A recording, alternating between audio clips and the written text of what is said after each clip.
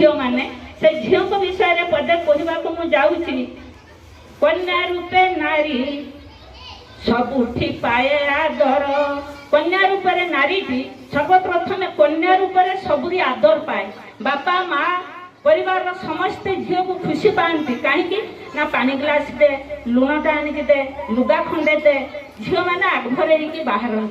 तेणु कन्या रूपे नारी पाए सबुरी आदर गृहिणी रूपे नारी गृह को सुंदर गृहिणी जिते से स्त्री हुए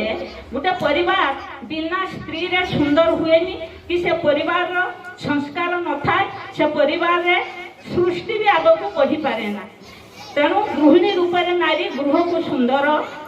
माता रूपे नारी अटे अमृतदायिनी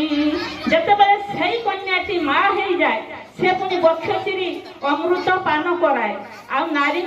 सिना सुंदर धरणी नारी क्षमामयी नारी कृपामयी नारी को असम्मान कर नहीं